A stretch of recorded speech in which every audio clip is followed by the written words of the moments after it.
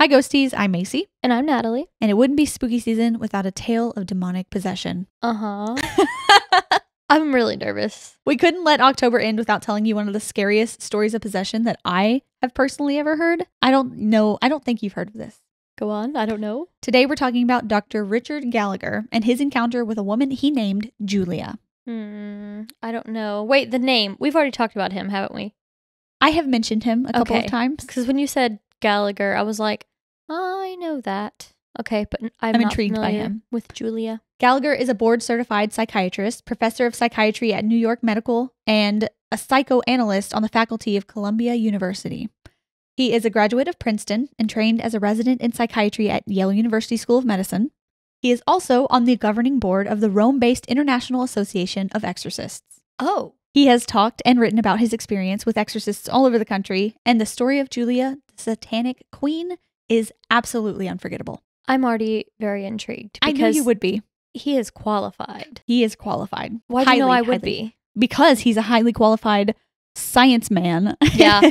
Okay, that's what I was going It's to like say. melding your two interests together. Science and demons? Yes. That's interesting. You know what's funny? I never liked science in like grade school, like high Mhm. school, but then I went on to get a degree in psychology. How That does is that make sense? interesting. Which don't know. love psychology. I love reading about it. I love learning new things. I think you like to psychoanalyze yourself and your own Yes. mental state. I do. And that helps then you understand you and the people around you. And I think that's why you like it. That's spot on, because once I started going to school, I was like, that's why I am this way. And then I was able to figure it out, and here we are.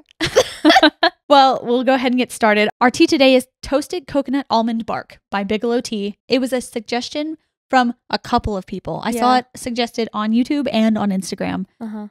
I'm excited. I'm excited. I saw it the second time and I was like, okay, I'll buy it.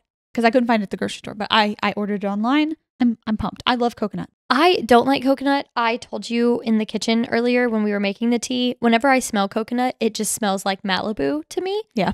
And that was my drink of choice in college.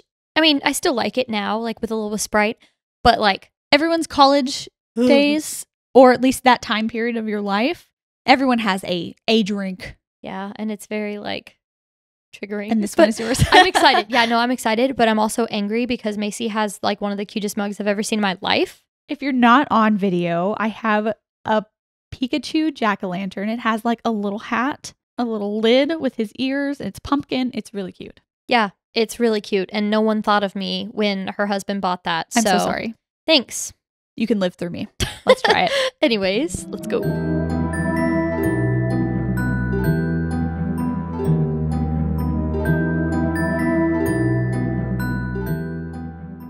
Sometimes I feel like those people who drink wine and they're like aerating it in their mouth, like, when I'm trying a new tea.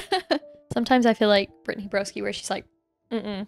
Well, I like it because I really like coconut. I'm a coconut girly. It doesn't only taste coconut, it tastes like toasted Yes. coconut. There were these It's like little- smoky. Yes, there are these little snacks that mom has bought me before a couple of times, and they're these little toasted coconut swirly things. They're like in a straw form, and I love them. And I usually drink them with my tea, or I usually eat them with my tea. Yeah.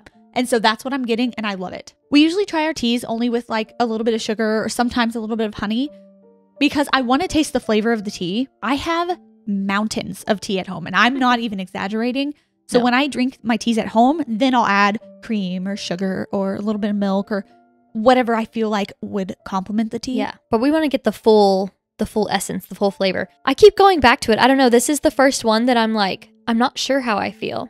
Interesting. It's definitely coconut. I'm not really getting the almond, toasted coconut almond. Isn't that what I it get is? a little bit of almond. I don't know. I took I'm not getting the several bark, sips. but I'm not sure what that implies. I don't know. I don't think I would drink it again, but it's not bad. Like What's your rating? if I was at somebody's house and I didn't want to be, a rude guest, which I would never, I would sit there and I would finish it. Like not So like a middle of the road tea, like a 5? What would you Mm, say? I think lower, probably I'll say a 4. Okay. Cuz I'm thinking like where we can start the meter, and that was the one that tasted like wet dog. What was that one? The Ginger snappish. Someone's going to comment, "That's my favorite tea." And it might be. Hey, these are our taste buds. We tell you what we think in our own personal opinions. Me and Natalie hardly ever have the same opinion. No, and I don't like anything. Someone commented No. like, sad, you're my favorite tea you hate. And I was like, hey, That's like 99% of everything. that's everything. I have 4 main food groups. I'm like Buddy the Elf. I have pasta, Chicken? Pop-Tarts. Chicken is implied with pasta because I'm going to have some chicken with my Okay. pasta. Okay. Probably Pop-Tarts. Love Pop-Tarts. Popcorn. Popcorn? Like, what's another P? Well, I don't know another P, but Nerds gummy clusters. I've actually grown out of that phase. Oh, okay. My new one, oddly enough, is another popcorn, Cracker Jacks. Okay. I've been eating Cracker Jacks. I've been going to town. Intriguing. I just love popcorn. Me too. Me too. That's all I had for food today. I woke up and I had a bagel because I was going to go to the gym. But then I was like, hey, I don't want to go to the gym. I want to go watch a movie. So me and Ryan went to watch Smile 2. I don't know. So I ate popcorn. And then right when you were about to come over, I was like, I haven't eaten anything today. So I made pasta. Smile 2. It's fairly new. I think the first one was better. I liked the ending of this one better, I think, because I kind of knew what to expect. So it wasn't like, but there was a lot, it was jump scares and there was Oh, I hate gore that. and I don't like gore. No, me neither. So like for a third of the movie, I was like this. And I just watched Ryan's face and he's like, oh. Once he calms down, I'm like, okay, come it's not like the blood and the guts and the stuff. It's me imagining how that feels. Like if someone breaks an ankle in a movie, I'm like, oh, my ankle. Yes. Like my leg. Yes. There was a scene, and this is going to be horrible. There was a scene where someone like ripped off their bottom jaw. Okay, that's enough. Thank you. Thank you. And I was like I was trying to move my jaw because suddenly it felt like I couldn't. Well, this is a good precursor for our episode. Oh no. Are you done scarring me? Macy hasn't even seen the first Smile, so No. Okay, we're gonna shame. shame me. Okay, that's fine. Shame me in the comments. I still also haven't seen Hereditary, and I've been telling myself I'm going to, and I haven't yet I'm going to quit this. until I watch it. Yes. Okay. I'm okay. going on strike. I'll watch it the week of Halloween. Okay, I'll come over. We're gonna start a new podcast where we just watch movies. I'm not even kidding. I would. Leave us your favorite movie in the comments if you're still here. 'Cause we're getting into the podcast now. Okay, the yeah, actual podcast. sorry. Before we get into this episode, though, I just wanted to let everyone know that there are portions of the story that are incredibly disturbing and a trigger warning is needed. This is one of the darkest episodes we've ever had, and a few portions of the story we're about to tell are unsuitable for children. So if you have little ears around, this may not be the episode for them. I know there are some people who say they listen with their kids. This might not be it. I'll let you as the parent use your discretion. Or for people who just don't want to hear the things we're going to talk about. I'll also put timestamps to give another warning before we start talking about the more detailed things, the more sensitive topics. And if this just isn't for you today, no worries, skip it. We'll see you next time. This episode will contain talks of sex, pregnancy loss, assault, and other disturbing events. So listener discretion is advised.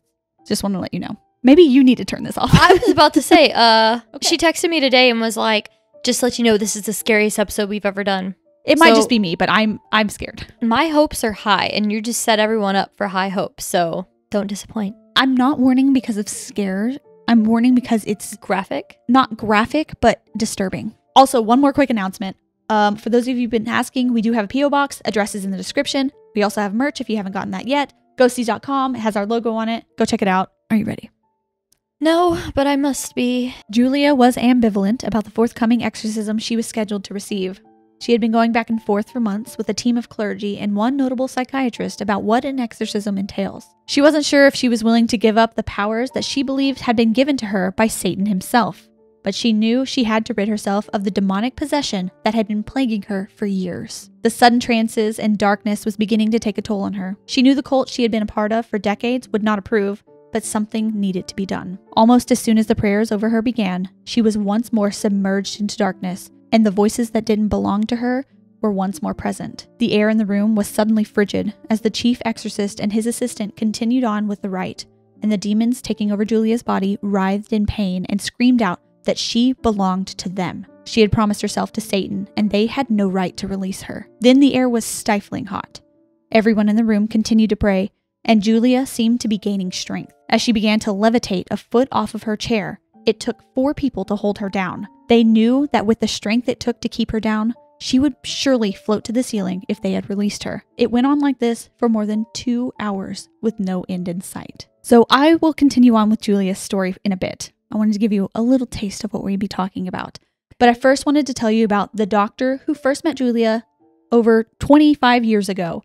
and told her story in his book, Demonic Foes, My 25 Years as a Psychiatrist Investigating Possessions, Diabolic Attacks, and the Paranormal, which is the book that I read for this podcast. Love. In this book, Dr. Richard Gallagher tells of his beginnings into the world of the paranormal after becoming a fairly successful physician in the field of psychology. He states in the book that the goal of writing was to, quote, present the persistent but unequivocal factual evidence of demonic possessions and assaults in a contemporary context. I appreciated this because I feel like the vast majority of the information we typically have on demonic possession, at least in like Western, more Christianized setting, are those of historic accounts rather than things that are continuing to happen even to this day. There's a lot of things from hundreds of years ago, even like 50, 60, 70 years ago, but I don't feel like there's too much happening or that we see happening Currently.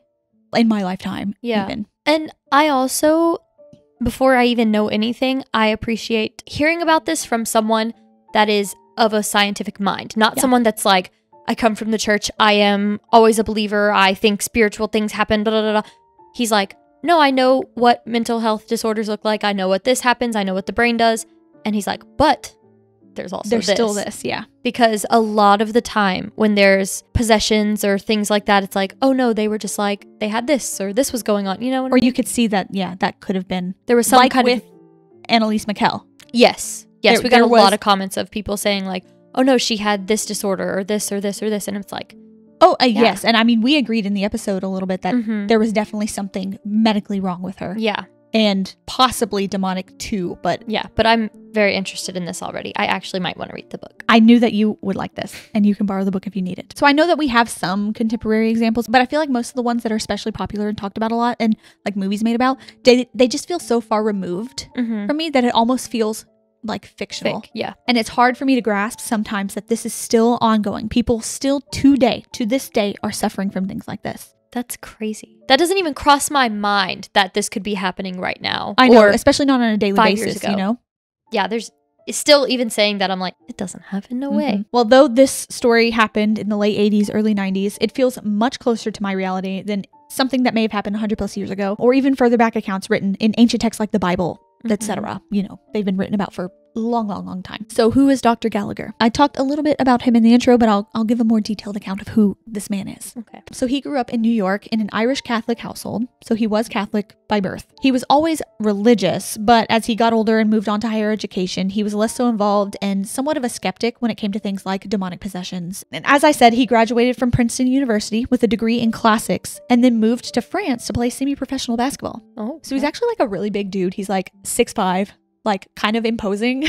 You know, I was imagining a very small person for some reason, and I don't know why. No, and I did too. I don't know why either, but he's not. Okay. He's fairly large. He had always planned to go to graduate school, but he thought that he might continue in the same vein, studying literature, history, philosophy, something like that. Mm-hmm. Because, I mean, he liked the classics. He was always interested in religion in its historic context. He would read texts about people's afflictions with evil entities and found it interesting that people had talked about it for so long and in many different cultures, and just how prolific it was. Yeah.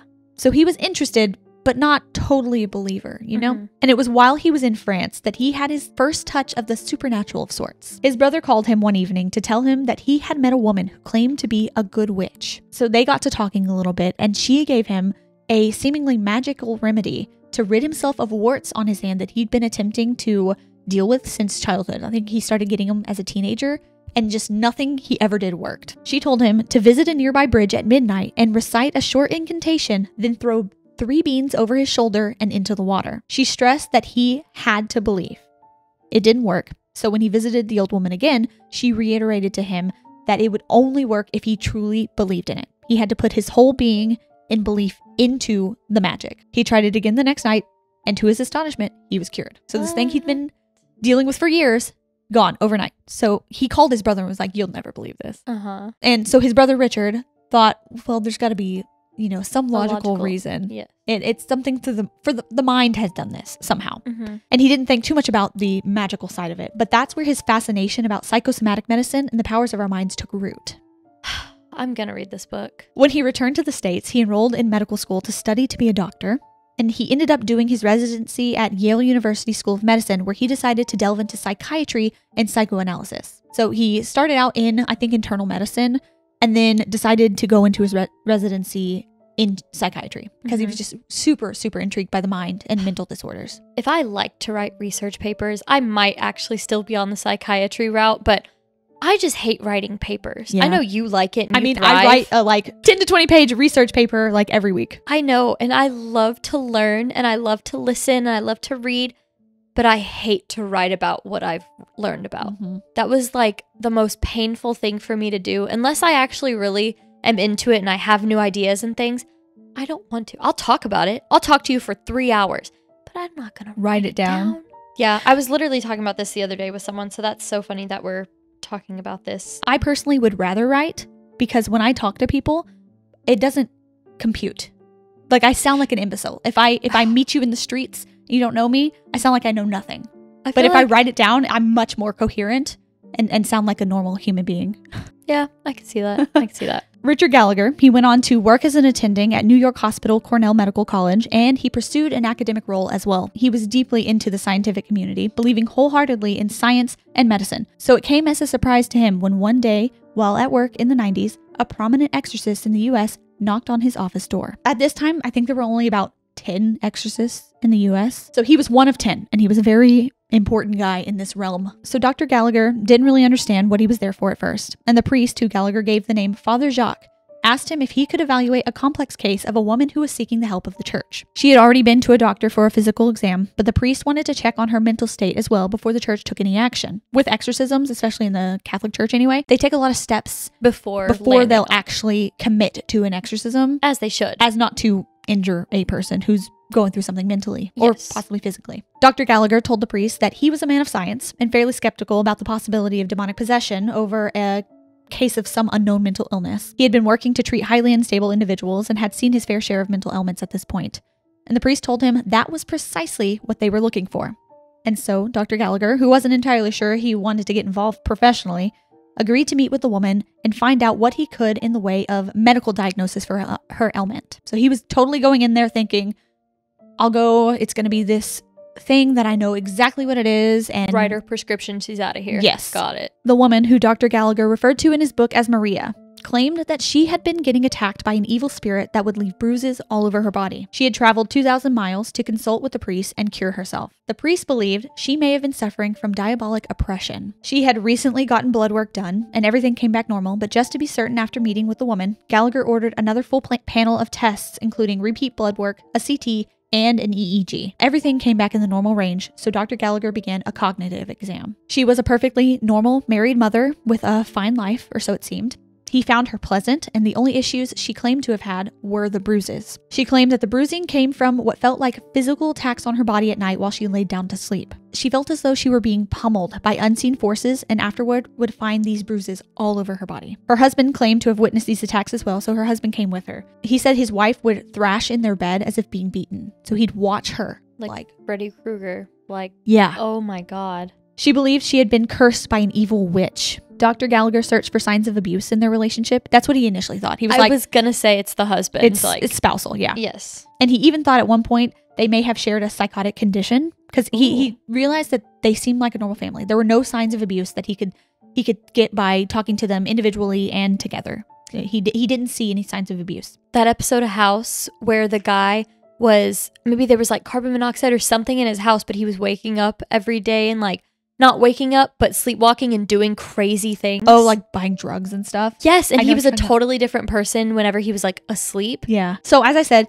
at one point he thought they may have shared a psychotic condition. Somehow they were having the same delusions. Yeah.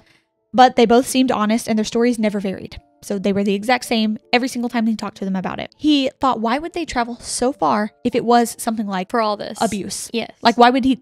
I think they were husband from like wouldn't. Mexico or something, and they traveled to New York Oh, wow. to so talk to this far. priest. Yeah. And if it was something like that, I don't think the husband would be going along with it. He would just be like, no, stay home. Like, we're not doing all this. Exactly. So everything he talked to them about, it wasn't adding up to him to be something medical. Mm-hmm. He remained skeptic, though, of their theory of a dark curse and demonic affliction, so he continued to search for an answer of some kind, or some kind of pathology. He thought at first that the bruises showed a superficial resemblance to a few disorders, one of which being psychogenic purpura, or Gardner-Diamond syndrome, which causes temporary swelling of the skin, resulting in small bruises. So you'll swell, And then after the swelling goes down, there will be bruises left. Interesting. Don't ask me how it works. Okay. But her history and other factors ruled that out. She didn't seem to have any psychological stress or trauma that could contribute to this condition and had no manifestations of skin swelling that she knew of. She seemed, by all accounts, except the bruises, physically and mentally healthy. After exhausting all known ailments, Dr. Gallagher conceded to the priest who brought Maria in that he couldn't find anything medically wrong with her.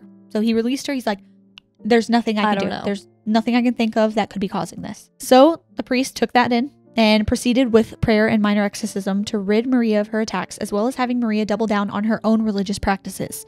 The attacks decreased and eventually went away entirely. Oh, good. Thought that was going to be a lot darker. Not yet. This encounter with Maria would set into motion a continued relationship with Father Jacques. And this is also a pseudonym. He gave everyone in his book has a different name. He continued to consult with Dr. Gallagher over the years on cases of demonic affliction. Dr. Gallagher was slowly converted from skeptic to believer and eventually to expert over the years. Oh. He had witnessed or been made privy to full-on exorcisms and became one of the go-to guys for consultation on such matters, eventually. He would never seek out the cases himself and never took these people on as actual patients. So he never once looked for or went to find It's just cases. coming to him. Yes, he practiced his normal practice, and then on the side, priests would be like, hey, I got another one.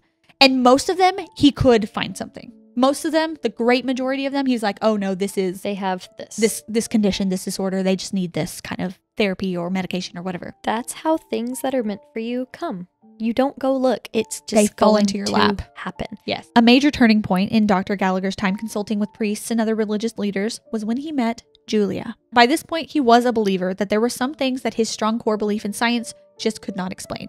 So he still fully subscribed, even to this day, fully subscribes to science. He believes in evolution. He believes in medicine fully, wholeheartedly. But to him, there is just one step further that we do not compute with. There is nothing to explain it. He and I are He on the believes same- in the spiritual world. He and I are on the same wavelength. By experience, too. Yeah. Like, this came to him. It was around 3 a.m. one night when the Gallagher family's cats began going crazy. They were typically loving and docile animals, but on this night, they were attacking each other with such ferocity that Richard and his wife had to physically separate them into 2 rooms where they continued to hiss and bristle at each other for the majority of the night. Why each other? I thought it was going to be like attacking the people. No, Which I don't know like- why I was like, yeah, get them. No, they were like asleep and were woken up at Oh. 3 a.m. to the cats just bad going at I each don't other. like that. And they always were fine and loved each other. They had another dog too, like a French bulldog or something, that everyone got along in their family. They were all simpatico. and then the cats are losing it. And then one day at 3 a.m., they were shocked, Dr. and Mrs. Gallagher,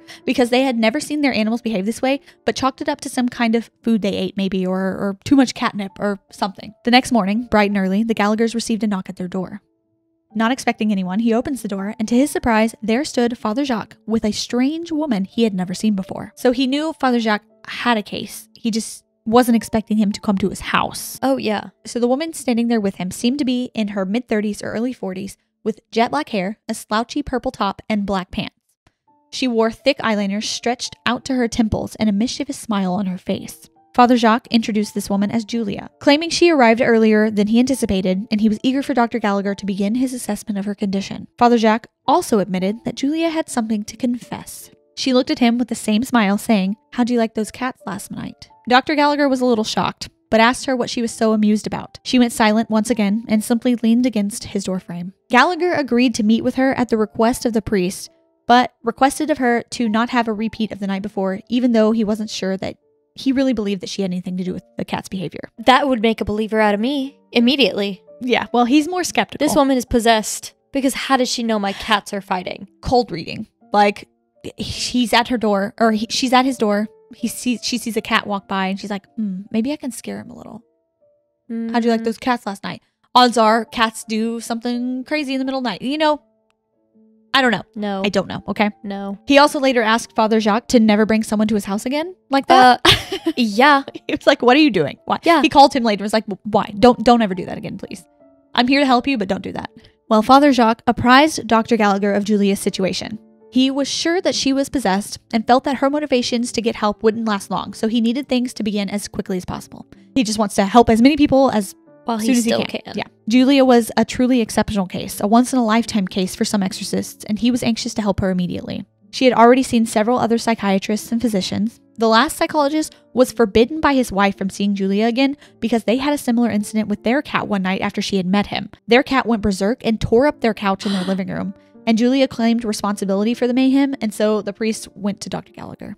The wife was like, no, that's it. She's messing with our house. Goodbye. No. Father Jacques went on to explain that Julia was a self-proclaimed high priestess of a powerful satanic cult. She had been granted special abilities by Satan for her worship, and that is how the priest assumed she had been afflicted by demons. Go on. He had personally been threatened by the cult and believed in her granted abilities. So the cult has already talked to Father Jacques. I don't like that. That makes me feel very uneasy. He also let Gallagher know that the cult did not want her to get any exorcisms and would do anything to prevent her leaving them. Dr. Gallagher was a psychologist who lived through the satanic panic, so he knew that there were plenty of people who had become overzealous with the claims of Satanists, but also knew from some of his work with patients that there were people claiming to have memories of abuse by people who worship Satan. So he was kind of trying to balance that line of knowing there are people out there screaming fire when there's no fire. Yeah. Like, we shouldn't be as crazy obsessed and freaked out about this as we are. It was really bad because there were people like, if you listen to rock music and played Dungeons and Dragons, like Satan, like, no, they're just living their lives. Okay. Yes. He wasn't quick to believe all claims of satanic activity, but didn't outright dismiss them. And he just wanted to be careful as he came into the situation. He agreed to meet with Julia and consult once more on a case of supposed demonic possession. And as I said, the majority of them were, he found a medical reason. So he thought this was no different. Maybe she's just a little delusional. Maybe there's something going on in her life that we can figure out. Yeah. In their first meeting together, Dr. Gallagher learned that she valued her place in her group and subscribed to a motto of sorts of, quote, indulgence instead of abstinence, vital existence instead of spiritual pipe dreams, and vengeance instead of turning the other cheek. She said this to him often and even wrote it down for him once. Like, this was kind of her and her cult's motto. She relished in her ability she was given by committing herself to Satan. She said she was given psychic power like remote viewing, and what she claimed was the ability to, quote, wreak havoc whenever she wanted by drawing on the powers of Satan and his demons. Now, Dr. Gallagher didn't really believe her at first. No. But she told him, quote, I know I'm possessed. I space out and then don't recall what happened. They tell me a voice comes out of me. I don't know. I don't remember anything. It's a demon, I'm sure. It's not Satan. He doesn't bother himself with small things like that. But it comes from him. Everything is under his control, and I've long followed the master and done everything he wants for years. If she is wanting to get help and she is willing to get help, why do the members not want her to get help? Well, it's a cult. But Cult she's people like, don't really want you to leave their cult. she's a high leader person though. Especially the higher ups. She's not a leader. She's just high-ranking member within the cult. Because she's been there for so many years. I was imagining her being like the leader of them, and they're like, no, she can't go, because it's like, how are you going to tell me I can't go? We'll learn more about her past a little later. Okay. But no, she is not the leader. She's been there a while, and she's a high-ranking. Okay. People regard her in high status within the cult. That's making more sense to me now then. Okay. Because there are people that are in charge of her or above her. Oh, yes, definitely. Okay. Definitely. Okay. They don't want her to leave, Got it. as many cults do. They isolate you, they keep you from everybody else, and they keep you within their ranks. Dr. Gallagher was struck by her candor and didn't believe she seemed unbalanced at all, as he had expected. Like, he thought that she was going to come in and seem off, you know? Yeah. Like, he thought he was going to initially know what was wrong with her. And she seemed totally balanced, totally normal, regular, kind of charismatic, really deep into her, like, grunge look kind of person, you know? Just an alternative kind of gal. Love. He asked why she thought she had become possessed, and she said, quote, Satan is certainly in charge, so he must have his reasons, but I don't understand why, and no, I don't like it. It's always unwise to oppose the devil, but I decided to seek help. The cult would hate that too, so I told them I would infiltrate the church and get any priests I met in trouble. I assume they believe me. I'm leery and afraid they'll turn on me. I just sense I have to get rid of this possession. I heard only priests or ministers can help me. Can psychiatrists? I don't think so. I'm not crazy, that I know. Dr. Gallagher believed that she had opened up to him and agreed to continue meeting with him because she knew he would take her seriously. She was discourteous and rude to the priests, but seemed to trust Dr. Gallagher. He wasn't taking a fee for this consultation and made it clear that he wouldn't automatically presume she needed hospitalization. She had seen 2 psychologists prior, as I said, to Dr. Gallagher, and they could come up with zero psychological explanation for what she was claiming as well. And Dr. Gallagher got his first taste of her supposed abilities when she claimed to know what color curtains were in the room of one of the previous consultations, even though the conversation she had was over the phone. She delighted in the idea that the other 2 she spoke with seemed to fear her. Oh, wow. Yeah. she was like complaining about one of the other psychologists about how rude and dumb he was, and she's like him and his stupid red curtains or something like that. Like she knew what his room looked like. After their first conversation, Dr. Gallagher wasn't ruling out the idea that she was indeed a powerful satanic witch as she claimed, but wasn't fully convinced of the idea. He thought it was too fantastic. He didn't get the impression that she was deluded or trying to simply cause a stir with this strange and sensational story. And she even told him that she wasn't some, quote, pathetic loony bird, and insisted that she never had any need for psychiatric help before in her life. And I was going to say, to me, it seems more serious because it seems like she's scared enough to come and talk to him and like be like, okay, he's taking me seriously. Like I need him to help me. Yeah. That really makes me feel like, oh. Dr. Gallagher made it clear that he was not her physician and was an unpaid consultant, as I said, working for Father Jacques. And she understood that she was talking to him voluntarily. He wasn't going to try any additional therapy or push any medications on her, but could arrange for that help if she requested so. So if she felt like she needed it, he could arrange for her to get the help that she needed, but he wasn't going to try and push therapy or medications or anything on her. He's not getting paid to do so. Yes, he more so wanted to explore her beliefs and was interested in her ambivalence to getting an exorcism. If she truly did believe she was possessed, she was kind of on the fence. He also made it clear that she was not to mess with him or his family. He was like, okay, if you have these powers, leave me alone. I'm off limits. Yeah. Good rule. Because he was also, I read that oftentimes when she would walk into his office, like weird things would start happening. Like things would fly off the bookshelf and it would happen anywhere she went. Just kind of strange paranormal activity would kind of, start up. Yeah. Julia seemed to be intelligent and she did want to move forward with the exorcisms if she could be cured from this, quote, sort of thing. Dr. Gallagher and Father Jacques made it clear to her that she could, but there were no quick fixes and she had to work for it. She would need to turn from her lifestyle and worship of darkness, but it was clear that she wasn't keen on leaving that life behind. They wanted her to know that, yes, we can do this. It'll take time. It'll take a lot of, heavy lifting, but you're going to have to do a lot too. You're going to have to completely change your life. You can't worship Satan and be rid of your demons. Yeah, that doesn't add up. No. That makes no sense. Dr. Gallagher spoke with the two psychologists who spoke with her prior to his meeting her, and they too agreed that she didn't seem psychotic to them either. She seemed totally normal. She enjoyed intimidating people, but didn't seem as though she exaggerated with the amount of specific details she had given. They all agreed that there may have been some features of a personality disorder, but no clinical explanation for the paranormal aspects of her experiences. They thought like maybe there are some tendencies here and there of something like BPD or something like that.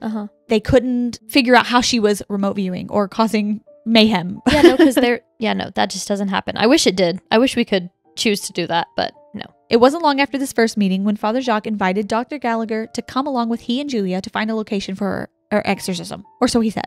What he really intended was to give Dr. Gallagher more time to examine Julia in a more casual setting. Yeah. So there they were, driving along in Father Jacques' truck with Julia in the back seat when the priest began to discuss how he would be the assistant exorcist, and he was talking about who the chief exorcist would be. That is when a raspy, inhuman voice came from behind them. "Leave her alone, you effing monkey priest." The insult?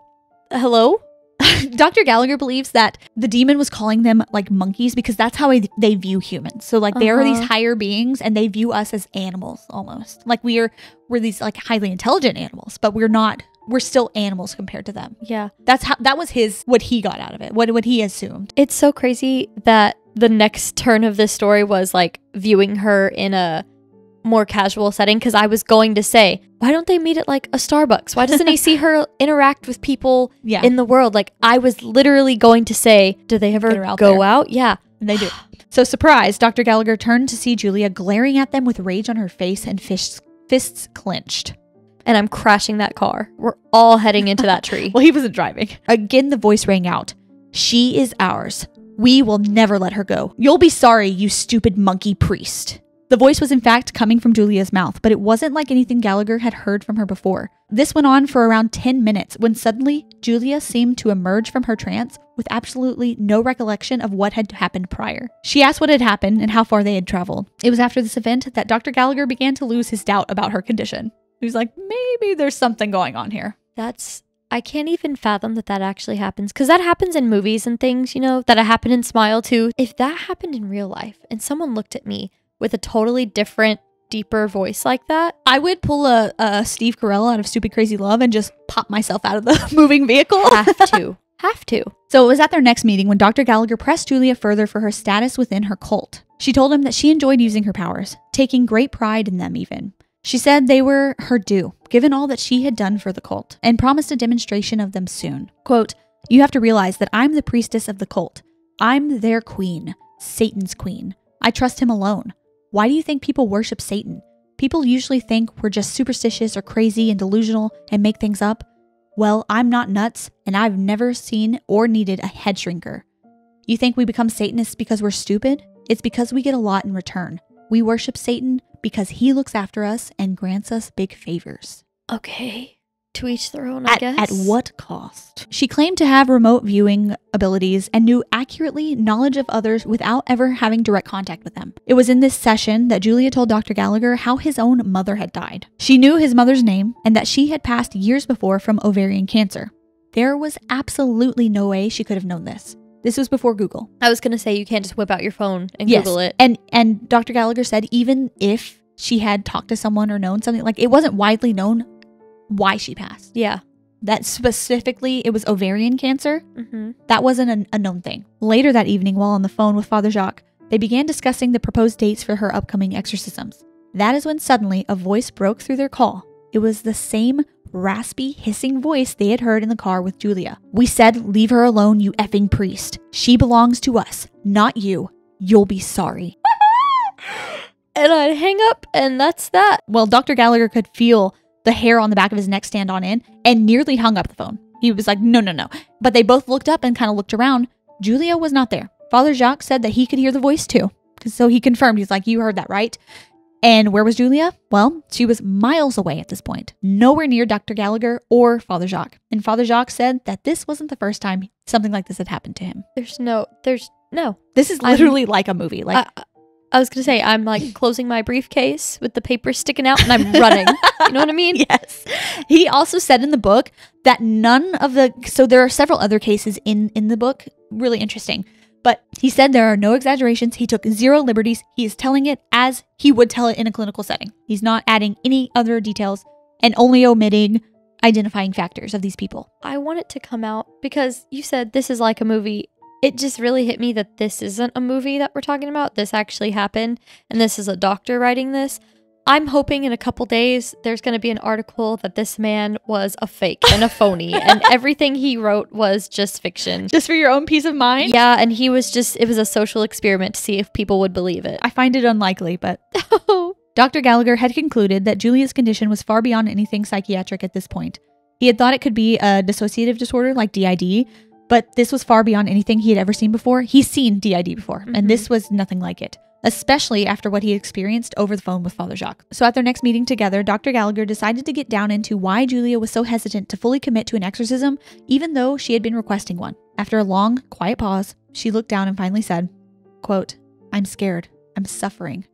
I need to get rid of this." Dr. Gallagher asked if she would tell him more about that, and she sighed and went on to recount what she described as a long story. Julia told Dr. Gallagher the story of her life. He felt that she was holding back on many portions of her story, minimizing a lot of things from her childhood and with her parents and everything. But he didn't press her, as this was the most she had opened up with him since their initial meeting. So he knew that there was more, but he just let her speak. Yeah. Now, this next section will contain incredibly disturbing information.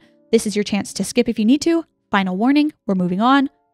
I'll put timestamps. Skip if you need to. So Julia's life hadn't been easy. She was baptized Catholic and attended Catholic schools, but never took religion very seriously. Her family life wasn't great. She didn't really get along with her parents. I don't know that they paid too much attention to her. And it seemed that the end to her interest in religion came when she was a teen and a priest took a particular interest in her. He had molested her, and this in turn drove her away from the church indefinitely. She said that she believed he was eventually kicked out of the priesthood and later killed himself, but she wasn't sure. Now, she didn't at first find it too traumatizing. Like, she didn't think too much of it. It was more so something that happened to her and something she later recounted as like, that probably shouldn't have happened to me. Yeah. You know? I feel like that happens a lot. So this would explain to Dr. Gallagher her disdain that she seemed to have for priests, because he noticed that she was always just like really annoyed and didn't really like priests or anything. And that makes sense.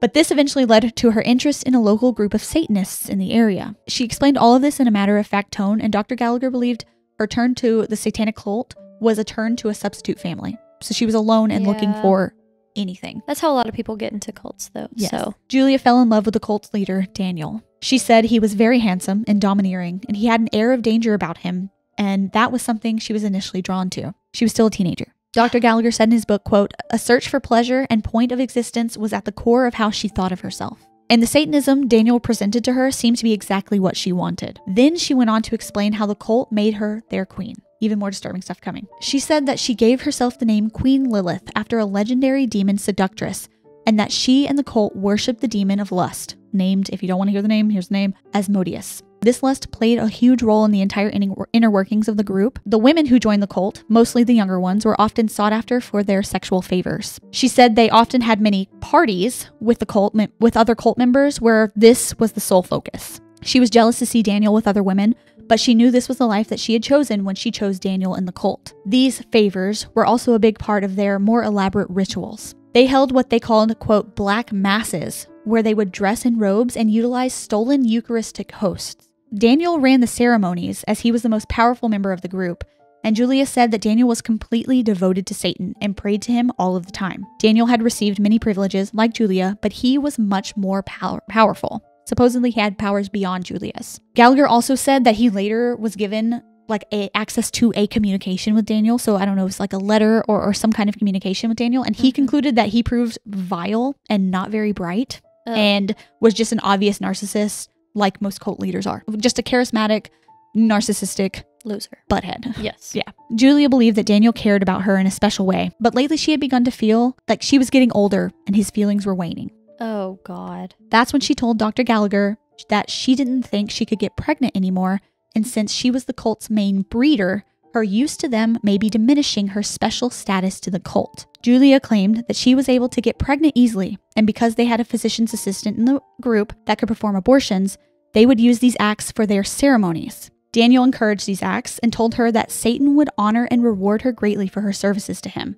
She believed not only would she be granted these special abilities, but she would gain a high rank in Satan's society. Daniel was pleased with her, and this excited Julia, but after all of this, she was beginning to feel that Daniel seemed to no longer love her. She began to feel expendable for the group and was starting to fear the loss of control over her own body since she had given it to the demon within her. It seemed to Gallagher that Julia's hesitation to proceed with the exorcisms and fully commit herself to changing her lifestyle revolved around the acceptance of Daniel and other high-ranking members of the cult. He believed she wanted to have it both ways, rid herself of the possession, but remain within the cult and keep her specially granted abilities.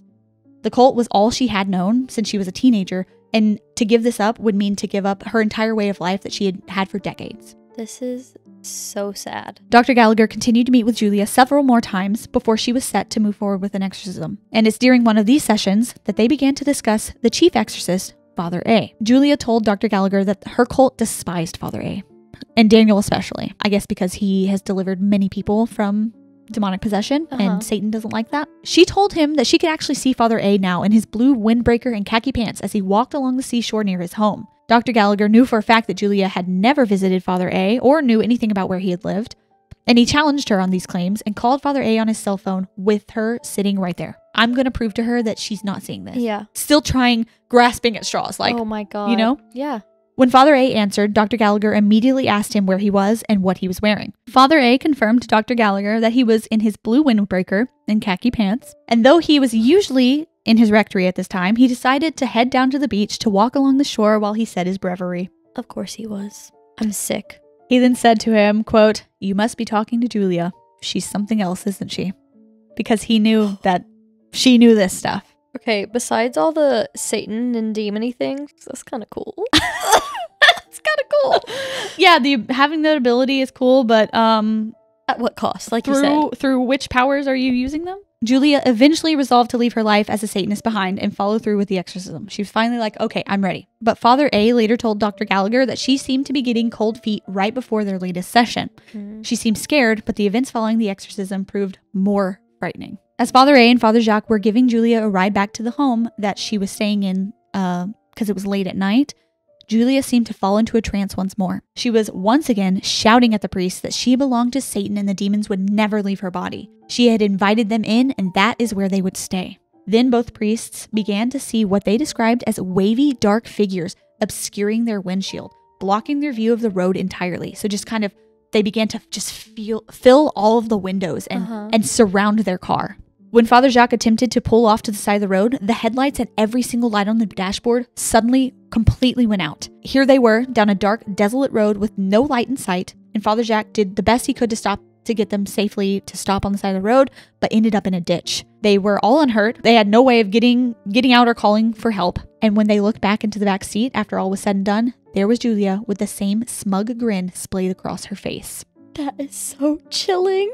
I was thinking she was going to get out and like run away, and that was already freaking me out. No, but she's just sitting back there just like, I can't handle a smiling evil thing. Especially after the movie you watched. I just watched it today. There is a scene in Smile that made me think of you and us and like talking in the pod, because this man is standing there like smiling at the end of the hallway, and for some reason he's naked. Don't ask me why. I don't know. Okay. And he's sitting there smiling, and I was like, he's about to run. I know he's about to run. And he takes off running at her.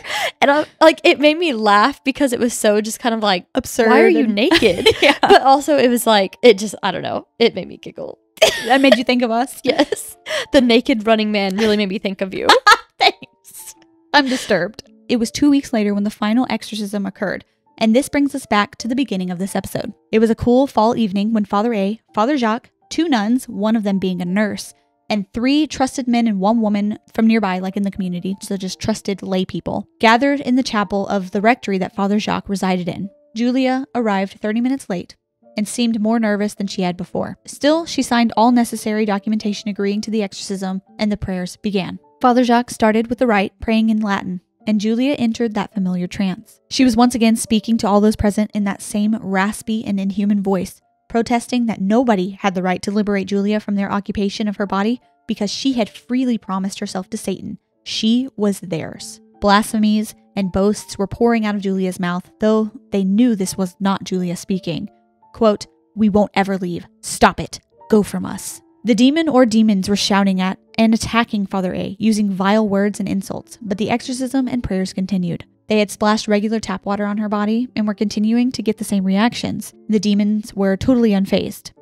Then, when the holy water was deployed, Julia's body recoiled in agony as she writhed in pain, and the demons from within screamed out. From Julia's mouth came responses in languages she did not know, including fluent Latin. As the women in the group restrained Julia's body, she lunged out at Father A, attempting to snatch Father A's stole from around his neck. The strength that she exhibited was immense, and the women could barely hold her back as she shouted out taunts and curses at them. The temperature in the room suddenly dropped, and just as suddenly spiked back up to a heat so hot that it felt as if they were all standing next to a boiler on high. Loud cries, grunts, and animalistic sounds erupted out of her mouth, interrupting the constant prayer. Then Julia's body began to rise from her chair. She was completely levitating up to a foot off of her seat, and it took even the men to join in to keep her from rising even higher. She stayed in that position for over 30 minutes straight, and all 8 people in attendance later corroborated these claims to Dr. Gallagher. The exorcism went on for 2 hours, and it seemed to Father A that the demons only appeared to grow in strength by the end of the exorcism. So everyone was kind of depleted of their energy, and the demons were just getting stronger and stronger by the minute. The intensity even surprised the priests present, who at the time had attended many exorcisms. Julia eventually emerged out of the trance and, of course, remembered nothing. And after this night, she decided not to continue with the exorcisms. Father A surmised that Julia may have never truly intended to be freed of them. She soon returned back home to her southern town and returned back to the cult. Gallagher stated in his book that he believed Julia may have been afraid of the cult and Daniel. She told him before that members who had tried to leave before were dealt with harshly, and it may be this knowing that withheld her from fully freeing herself from the grip that both the cult and the demons had on her. She had told of a time that she had been punished by the cult before. She was locked in a box for hours, but never fully divulged anything else, believing she will be punished for telling as much as she had already. She also told Gallagher at one point, "It's best you don't know." That is heartbreaking. She also believed that if she renounced Satan, he would punish her more than he already had. Several months after the final exorcism, Dr. Gallagher and Father Jacques traveled down to see Julia one more time. They were unable to convince her to return, and on their plane ride home, Gallagher's wife and secretary received a phone call from a man who claimed himself a, quote, a priest and friend, and told them that Gallagher and Father Jacques were in a terrible car accident and were in critical condition. This person immediately hung up without any further details, and left Dr. Gallagher's wife in a panic as she called any and every hospital that they may have been at to ascertain the status of their condition. It wasn't until several hours later when he finally landed at LaGuardia Airport and called his wife to let her know that he had returned that she finally knew they were safe. It was hours of her thinking, oh, they're that's evil. hurt. Yeah. Dr. Gallagher also claimed that a few weeks later he noticed that he was being followed by 2 women in their 30s that were dressed very similarly in the fashion that Julia wore. So the same similar dark clothes and same like eye makeup that Julia had. That just gave me a chill. When they realized that he had spotted them, they turned the corner and he never saw anyone like that again. So was this a threat to continue to leave Julia alone? Yeah. A year later, Dr. Gallagher spoke to Julia for the last time. He called to check on her and found that she had recently been diagnosed with terminal cancer. She claimed once again that she wanted to be freed of the demonic influence before her death, but was still hesitant. Still, I guess, scared. She told Dr. Gallagher that she would think about telling her oncologist to allow him to look over her records and status, but he never heard from her again. Oh, man. Dr. Gallagher said that Julia not only gave him permission to share her story, but encouraged him to do so as long as he kept all identifying information private. She didn't want anything about her getting out or back to her cult or anything like that. And it makes me wonder if she wanted to make sure that nobody else ended up in a compromising position like that, or as frightened as she had found herself at this point in her life. Maybe. And at a certain point, once you've been in it for so long, it must feel like I can't do anything else. This is my safety. I know nothing else. Like, I mean, if she was in possibly her 40s, yeah. From teens to 40s, what do you do? All she knows. She has nobody else. Whole life. She lived with the people in the cult. She worked with them, hung out with them all the time. Nothing else but them. That is, oh God, this is probably the saddest episode. Yeah, I told you it was like one of the darkest things we would visit. I heard of this story several years ago for the first time. It struck me then too, how dark and terrifying it was. And then just to read into it even further, just it was so much darker and so much sadder than I had even thought initially. It's scary knowing there are things like that going on. I mean, it's very rare. So Dr. Gallagher also claimed that one poll found that 70% of U.S. citizens believe in evil spirits and over 50% believe in the possibility of demonic attacks on humans. And that's in America. Many cultures around the world, many people around the world believe this. These beliefs are not as uncommon as they seem. And he also said that many people in his profession, even in healthcare, believe in similar things as he does, but are hesitant to speak out about it publicly because, it's kind of frowned upon. They're people of science. Yeah, I could see that. Dr. Gallagher felt that it was important for him to speak out on his experiences. Though true demonic possession is extremely rare, as he said, like the great majority of even the cases that are brought to him by the priests are something medical is going on. He feels in his privileged position to speak out on such things since he has had the opportunity to study it more than what he believes any other physician, especially in the U.S., ever has. He's had the opportunity to see this stuff firsthand. He accepts science and relies heavily on it to this day. And of the estimated 25,000 patients he has seen in his career in a professional, official capacity, not a single one of them has ever been possessed. So he made it very clear, people coming to his practice, not a single one has ever been possessed. He's never diagnosed them or sent them on to a priest, ever. He's always been able to figure it out scientifically. Yes. Yeah. The cases that he has witnessed have always been brought to him from the church, seeking professional help from the church, who in turn seek his profession. There have been plenty of skeptics of his recountings of cases of demonic possession, as you can surmise. And many of them ask why there is no real definitive evidence of these demonic foes. Well, he claims, first of all, there isn't a way to study this in a clinical setting. Like, you can't scientific method your way through this. Like it's impossible the way that it presents itself. You don't know when it's going to happen. You don't know what's going to happen. It's not like TLC can show up with a camera crew and be like, varied. All right, do it. He also, there have been many people ask him, well, why isn't there any video proof of this? And he said, first of all, these demons and dark entities and spirits operate on such a high level. They know they're not going to perform for the camera. No. They're not here to make a quick buck. They're here to do their bidding and not get caught as much as possible so that they can continue on in their capacity to hurting these people, moving through the world. That's so reasons scary. Unknown. Oh my God. And he has said that there have been many instances where people have come to him like, I have a video of this possession. I want you to see this and tell me what's going on. And suddenly, no video. Knew it. They go back, no video. Somehow their camera was corrupted while recording. Too many technological difficulties occur. It always happens. Issues happen, and it just stops. I mean, I believe it. I do believe it. he does truly believe that they are present on this earth. He even began his book with several quotes, one being, "The devil's greatest trick is to convince us he doesn't exist." Right when you said that, the AC cut off. I know, it was like, boom, silence. And it got really silent in here. That's not a good one to end on. No. Well, or begin the book on, whatever. I have a surprise. What? A listener story. That has to do with this? That has to do with this. No. Not this exactly, but possession. No. Okay, is that how we're ending? That's how we're ending. Oh, God. Okay. Hey guys, just wanted to quickly say I found y'all's podcast a month ago, and I've been binge watching since. Love the podcast. And it has made me realize how many weird paranormal encounters I've had. I do believe in the paranormal, especially in demons, and here is why. My name's Martha. I'm 27, but when I was 17 to 18, they performed an exorcism on me, I think. Or at least that's what they called it. I grew up in a very strict Christian church, and I mean very strict. One service night, my youth pastor told our youth group that during praise and worship, we had to remain in one of the classrooms because she had to go help the other pastors cast out demons and perform exorcisms on the adults because the church needed cleansing. Which, now thinking back, she should have let us out of the building because that's so unsafe. It was middle school and high school combined. So it was like 12 to 18-year-olds. Anyways, she told us to pray and whatever happens to not be afraid, because then you'd be inviting the spirit of fear into the room. And spirits latch on to those whose faith is not strong with God.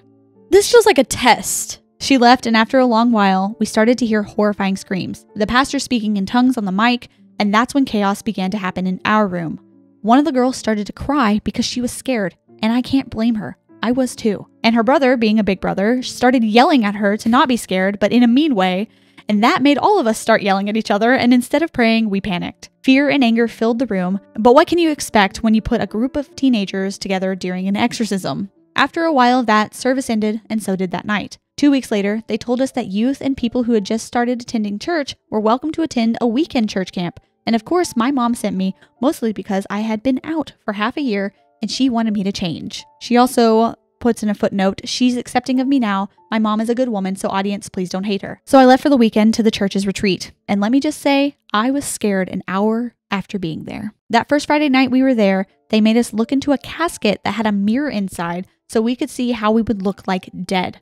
And yes, of course, I ran to the restroom crying that I wanted to go home, but my friend insisted I suck it up and go through the next 2 days. What?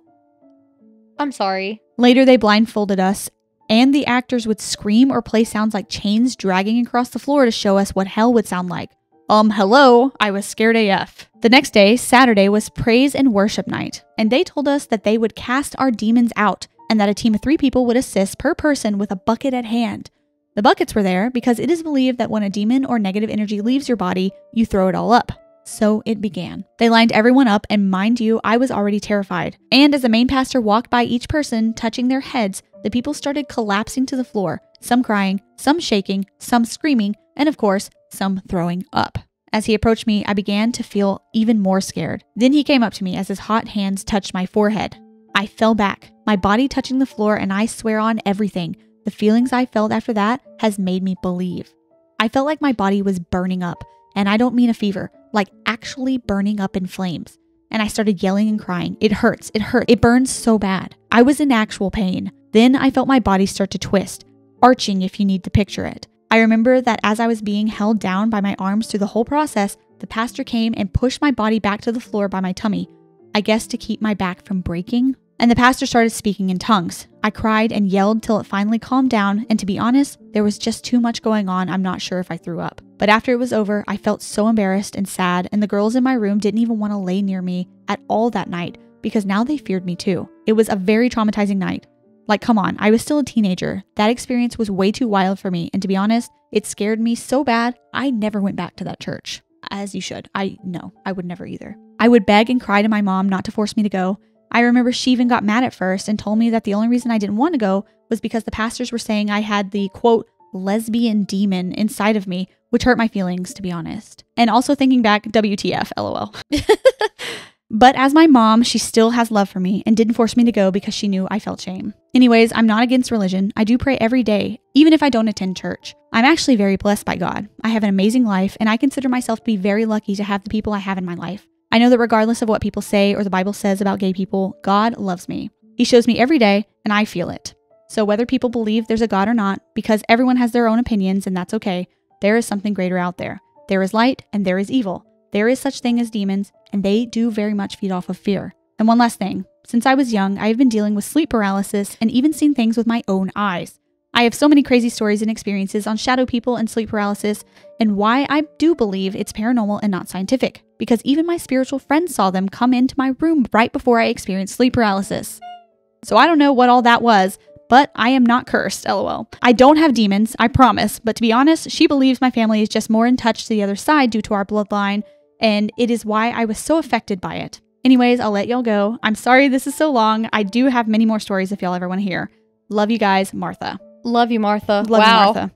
My God. I just want to say how sorry I am that you were made to feel the way that you did growing up, especially in church, which I personally believe is a place where Christians, if you're a Christian, should be coming together to practice love and learning. I am Christian, and it's my belief that God loves every single one of us exactly how we are and who we are, no matter what we do, who we love, or where we have been in our lives. And that is always my message for everyone. I just cannot believe what we just heard. No. I forgot everything else we talked about up until this point. Everyone, jail. Every adult involved. What is wrong with you? Yeah. So I'm just very sorry that you had to even endure that. Thank you for sharing. I feel honored to have been trusted with that story and for you to want to share that story with other people. Yeah, me too. But I just wanted to end with nobody's perfect. No matter what you're going through, you deserve love and understanding. And that's the way that our families and our churches should always treat everyone all the time. And that's my rant. That's how I feel. Wow. My God. What a roller coaster. Lots of possessions and exorcisms and weird things. Yep. I'm kind of speechless at this point. What a traumatizing episode. I warned you. I warned everyone. You did. You did. Any final thoughts on Julia, Martha, the world in general, life, the movies? I'm traumatized. I don't know. Today's been an interesting day for me, at least. This was a crazy one. This was a really dark episode, a really scary episode, one I'll be thinking about for years to come. It just doesn't feel like, normally we have more of a giggly time. And like, even if we're talking about dark things, we can like take a second and talk about something that happened today and like have a little giggle. Mm-hmm. I don't feel good. There was just a lot of heavy material in this one. Very, very heavy. Mm-hmm. I feel scared. Me too. I feel like a lot of heaviness as well. Yeah, heavy. That's what I would say. The air in here just feels kind of dense. Mm-hmm. Well, let's go cleanse ourselves. Let's go pray a little bit. Have some cereal. That's a good cleanse. But we appreciate everyone taking the time to be here with us today. We hope that we didn't traumatize you too much. I'm pretty sure I traumatized Natalie. Hopefully the cereal will help. If you like this video, go ahead and like it. Subscribe if you want to hear more. Spooky season is not over yet. Honestly, it's spooky season year round. I don't even know why I keep saying that. We talk about this stuff all year, so. For the people that show up just for the spooky season time, I guess. Yeah. But for all of our, ride or dies, it's all year. Share this video if you feel compelled to do so, and give us 5 stars if you're on podcast. Also, let us know if you have your own ghostly tale or something strange or unusual. You can send it to us to our email, ghostiespod@gmail.com. We'd love to hear it. We've got tons. We could probably do this for the rest of our lives and still not get through all of the emails, but I'm so excited about it. They've been pouring in, and I love it. That is crazy. Every time we get a new one, I'm like, yeah. Don't forget, if you want a shirt with our logo on it, they're online, ghosties.com. We have a P.O. box if you want to send us your favorite tea. I know some people have said that, so that's in the description. Otherwise, we'll see you Thursday. Goodbye.